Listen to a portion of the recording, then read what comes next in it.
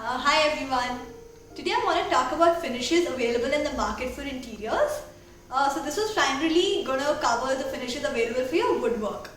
So I feel a lot of people out there who are beginning their journey for interiors, when they go out there, I think they're very overwhelmed and bombarded with these options of materials available, and it gets very confusing. So let me try and simplify that for you today. To start off with, guys, it's very important to first understand your material or the base of your furniture. So you also call it a skeleton or the carcass of your furniture. If I broadly divide this would be into two categories. One would be your solid wood furniture and the second would be your engineered wood. So solid wood mainly comprises of your teak wood, oak, mahogany, shisha wood. You'll actually end up picking a lot of ready-made furniture when it comes to solid wood.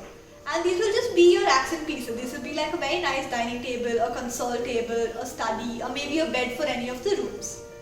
The main chunk or the main core of the house, which is going to end up being, is the engineered wood. And this is where you'll have to take your call.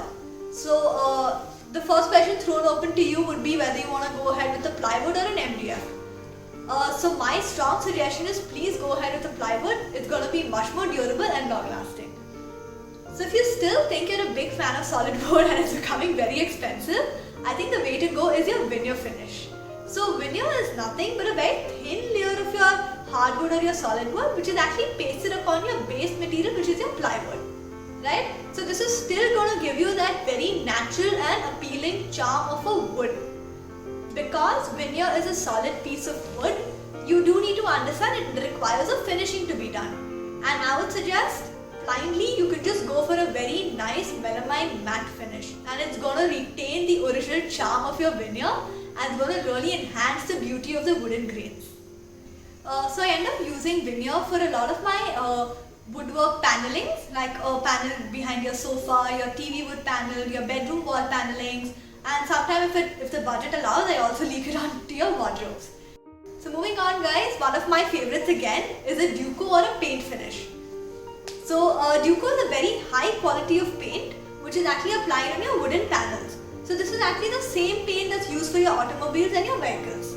This is a very thick layer of paint, so it gives you this very premium finish to your furniture. The best part about Duco finish is the color options that's available in Duco. So literally you pick any color off the color palette and it can be done in Duco finish. So I prefer using Duco in low traffic areas, so you can actually use them as your TV panels, your bed back panels, or try and avoid using them in any lower cabinet like your kitchens, because this is slightly more difficult to maintain than the other materials.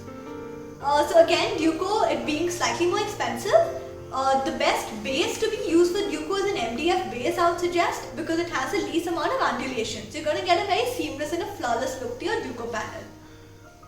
Another pro tip when it comes to Duco is I like using it only when it's like a matte finish or maybe a semi-gloss. I'm not a huge fan of highly glossy materials.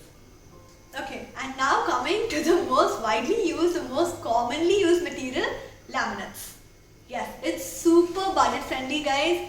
I think you'll end up using this for most of your spaces.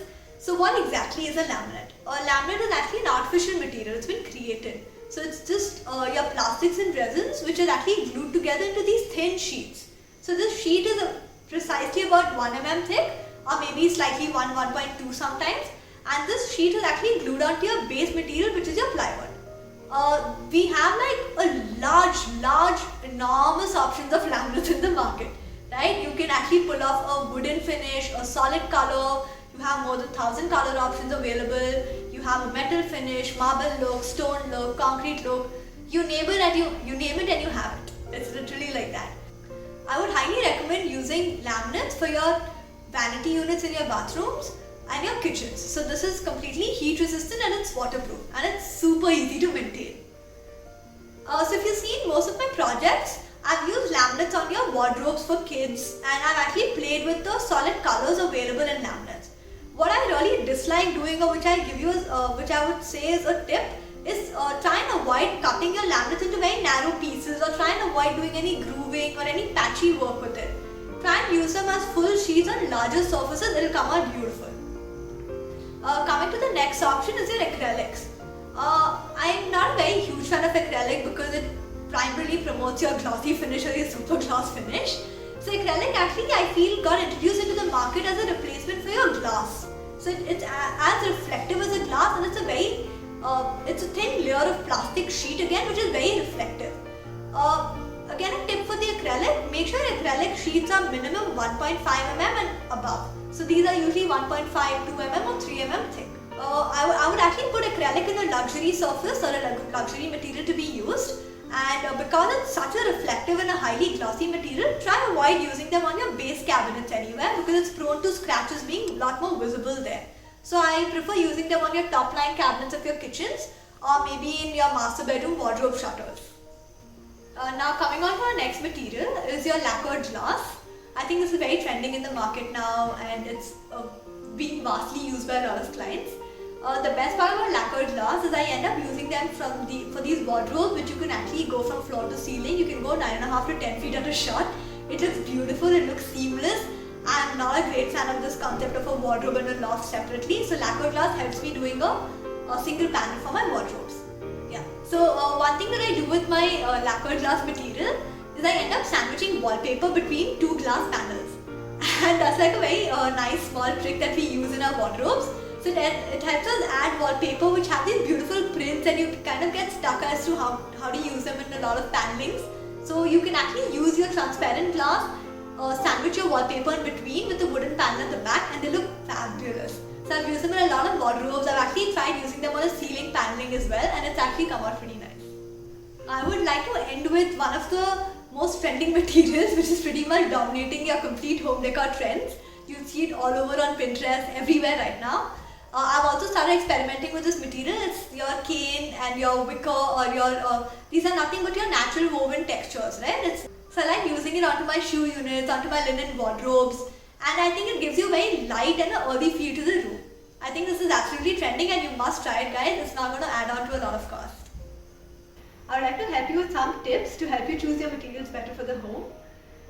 So I would actually strongly suggest don't try and pick too many materials or colors for the house. Try and just pick a few which kind of tie up your house together. It would really help if your designer provides you with a mood board for the house, so it gives you a concept and a style for the entire house. So let us also sum this up in terms of helping you choose your material in terms of budget and pricing. So I'll try and put this into a little pyramid for you.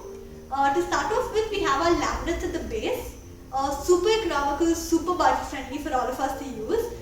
Next up would be probably acrylic. So if you're a fan of using glass and you want that highly reflective glossy look to your spaces, you can opt in for going for acrylic in some of the areas. And at the topmost would be your Duco, veneer and your lacquered glass. Thank you so much, guys. I really hope this was helpful. I hope I've tried and cleared out some of the confusions you've had regarding materials. If you do have any comments, any queries, please feel free to drop me a message on my inbox, and you could follow my work at Answering